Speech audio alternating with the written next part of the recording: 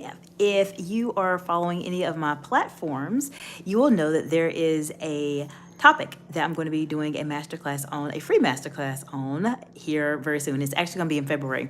And that topic is interview preparation and salary negotiations. So in this video, I'm going to share with you the top 3 reasons that I see throughout my 20 years of being a manager, a C-suite executive, and a director, why women tend to struggle in job interviews. And I'm going to share the best reason for last, so you will want to definitely watch the entire live so that you have an insight as to what you can do to avoid making some of those mistakes.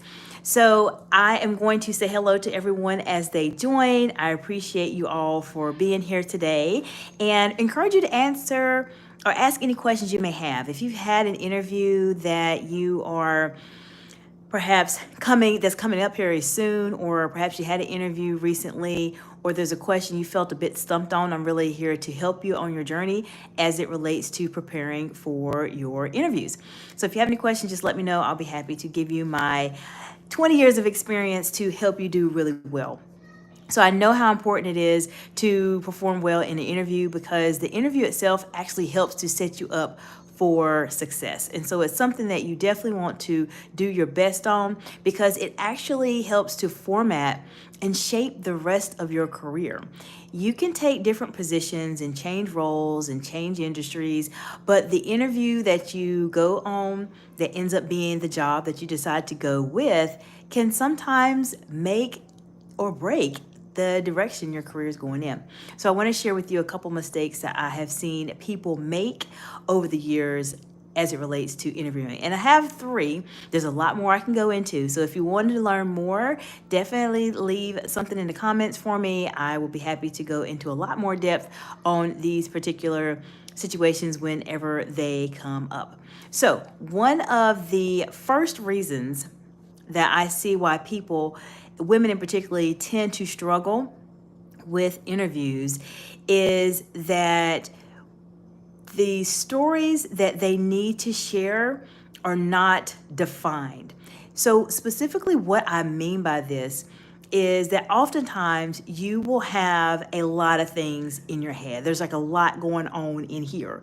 And when you have a lot of things going on in your mind and you're thinking about them, sometimes when you are asked questions in an interview, it may throw you off because you're not exactly how to respond. That's one of the most common situations that come up quite a bit with my clients. Hello, everyone. Thank you for joining. Hi, hope you all are doing well today. So I'm talking about some of the reasons why women struggle in interviews. And so I just started. So I appreciate, let's see, we have Hope Mercy, last name, I'm not sure how to pronounce it, but it starts with a Y. Thank you so much. I appreciate you. So yes, I'm just starting to say why sometimes women do struggle oftentimes in interviews. And some of this can be combined regardless of where you are. But the first is stories. So a lot of times people will not have their stories together. And so what I've noticed, what I was saying earlier, is that if you have somebody that goes into an interview and you have, a lot of times people get really stressed out about interviews and they're not exactly sure what to say, it's because they don't have their stories together. So I want to know from you all that have joined today, I appreciate you being here. What are some interview questions you have for me? I've been doing interviews for over 20 years. I've been a C-suite executive, a manager, director. I've done hundreds of interviews. I know interviews are important because it's a great way to get into a new career role and increase your salary. So I want to know from you, what questions do you have about interviews? Is there anything that I can provide you with some insight on? So let me know, and I'll go over these couple of reasons why sometimes women struggle in interviews, and I'll be able to provide you with some really great insights. So your stories are really, really important. If you have too much going on in your head, then you need to really think about how can you determine what stories you want to share. And I do this with my clients when we are in our one-on-one sessions, because oftentimes they have so much experience that they just are not sure how to articulate them. So the first thing you want to do is be able to define your story. What is a story that you want to share about your top 3 accomplishments that you've ever done in your life. That's really where I have my clients start. So think about the top 3 things that you are most proud of, most happy about in your career. And that is a great foundation to have for your stories. So when they ask you a question, tell me about yourself, which is the most famous question that people ask, then you have a response. You can highlight some of those 3 accomplishments that you've completed that you feel really good about, that you want to be able to talk more about and share. So being able to define your stories is very important. So one of the things I want you to do, and I want you to be successful here if you're watching this live or watching the replay, is take a few moments and think about your 3 accomplishments that you're most proud of, and what is the number one thing that makes you stand out as a woman in leadership. What is it? What is that one thing that makes you stand out? And write it down. Write it down, and that's a great way for you to start building upon your stories. So having stories in place, having them prepared in advance is a great way to really do well in your interview. And I see a lot of women struggle with that because we're multitaskers. We got like a million things going on in our head, but for some reason in the interview, we just don't know what to say. So this is a great way to not be caught off guard, so you know what you can say when it comes time to doing your interview. The second reason that I have noticed that sometimes women struggle in interviews is that we talk a little too much. And what do I mean by that? Most of us are very communicative. We want to talk, we want to be able to express ourselves, and you should. Anytime you have an interview or conversation, you want to be able to present your authentic self. I always tell my clients, be yourself. There's a way to present yourself in a very polished manner as a professional woman in leadership, but you really want to be your authentic self. However, there's certain things about the interview or about yourself that you may not need to share in an interview. I've seen a list of things. I've seen people talk about various situations that were not really appropriate in an interview setting, or they talk about old jobs or former employers or coworkers and how bad they were and how they hated their job, all kinds of things. And there's certain aspects of these conversations that your hiring manager does not need to know. They don't need to know every single thing about you. Now, there's a YouTube video series that I have here on my channel that goes into how to set boundaries. And I encourage you to watch that video, because it goes into ways you can set those boundaries, not only in the workplace setting, but also personally as well. It's a great way for you to think about how you can set boundaries, even in an interview, because there's certain information that you just don't need to share. They don't necessarily have to know your entire detailed plans that you're going to be doing, and perhaps you're looking for an opportunity to be at for a few years while, let's say, you're working on a business that you're working on the side, or perhaps you're going back to school, or maybe you have another endeavor that you're going to be engaging in while you're working.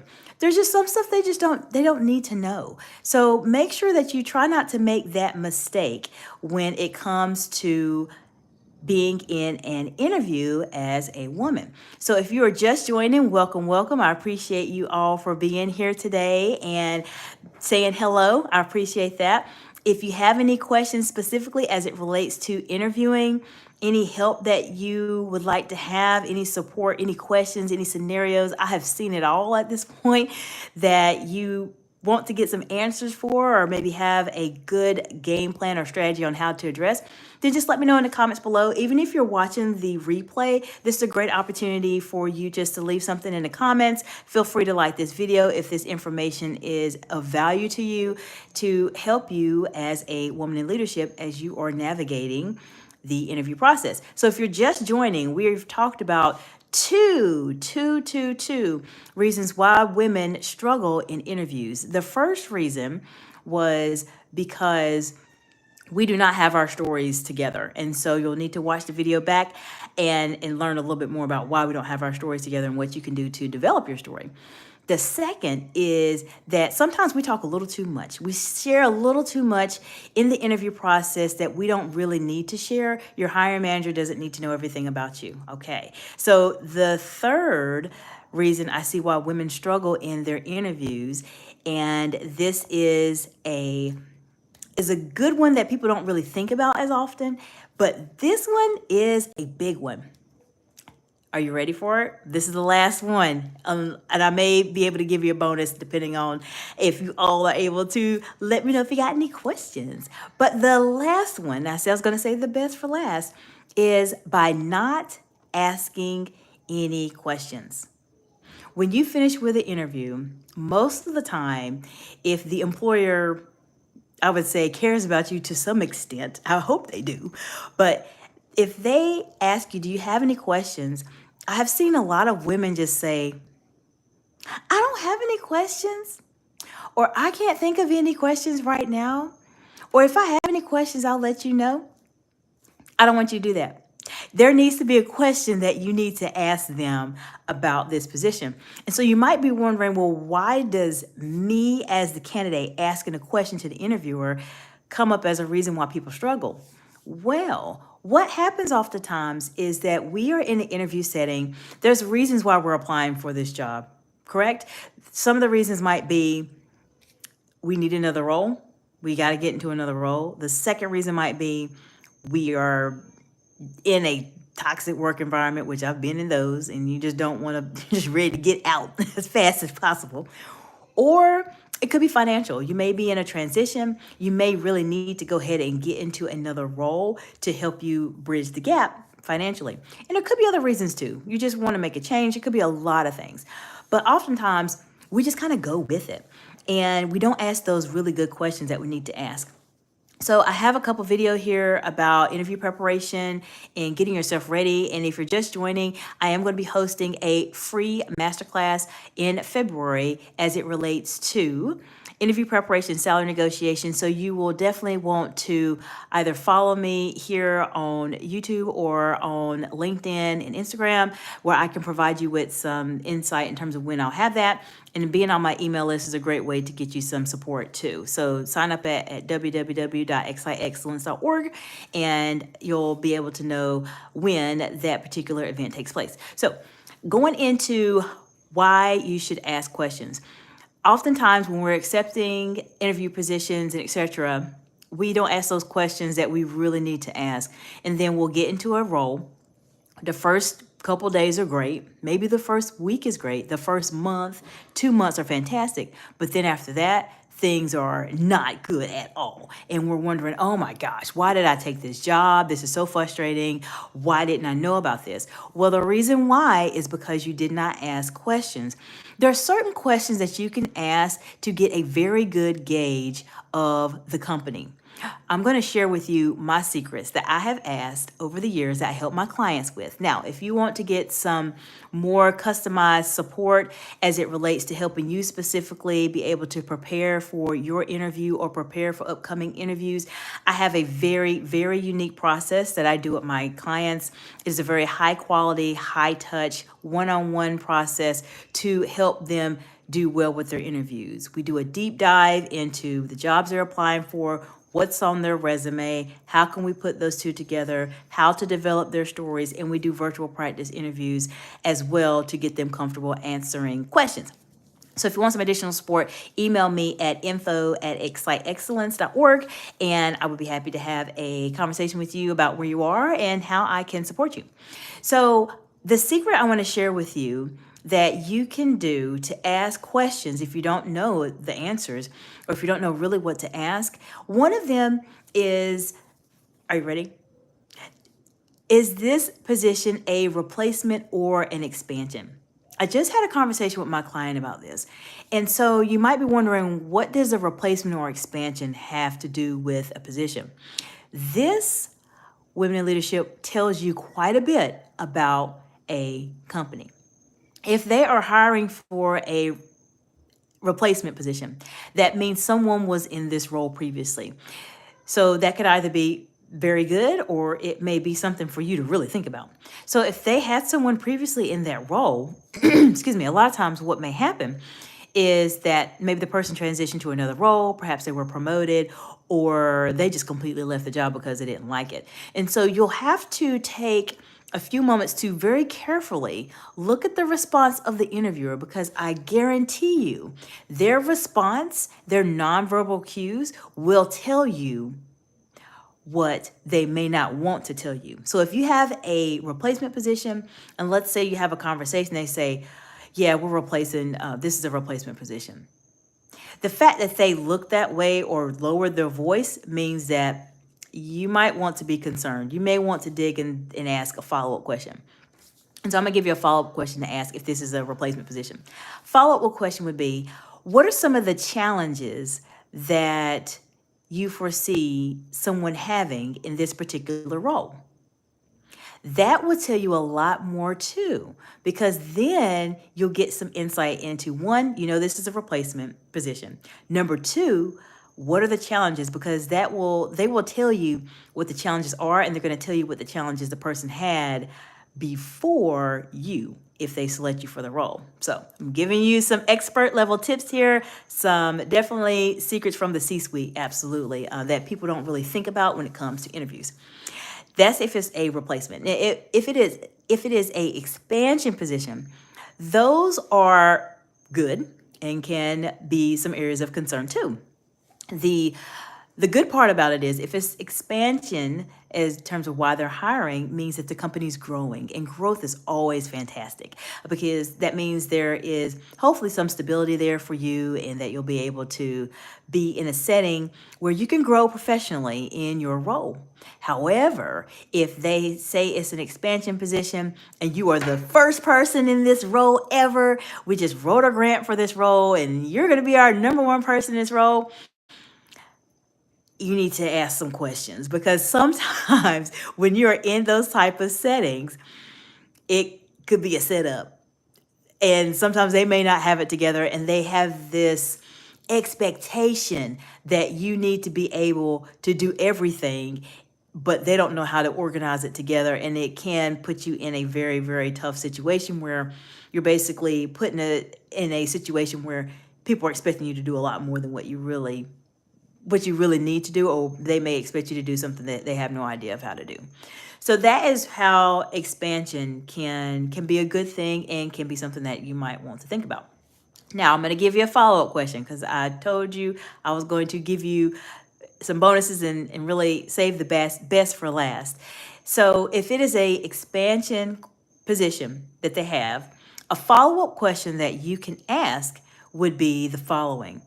Follow-up would be, where do you see this particular department or this particular company in the next 5 years, or 2 years, or 3 years, or whatever time frame you feel like is appropriate? The reason why you want to ask this for expansion questions is it will give you some insight into where the company is going. If they have a pretty organized process, then they should be able to articulate that, and you should get some insight and see that they are very organized in their process. If they say, well, I don't know, we have a lot of things going on right now, and a lot of things are dependent on this and that and this process and this particular procedure, you might want to just pause and really think about this opportunity, because it may be a setting where it might be a bit more challenging for you to be able to do very well in an expansion position. So I hope that this has been very helpful to you. I'm definitely sharing with you some secrets that women in leadership can truly benefit from as it relates to interviewing, and some of the reasons why women struggle in the interview process. So if you're just now joining, welcome. Glad that you're here today. Thank you so much for spending a few moments out of your time with me. Whether you're watching this live or via replay, I appreciate you being here and spending some time with me today. And of course, if this content is helpful for you, let me know. The best way to let me know is provide me with a like on this video, subscribe to the channel so you don't miss out on any additional upcoming videos I'm going to be posting, and then hit the notification so you know when the next video is going to be posted. Now, if you have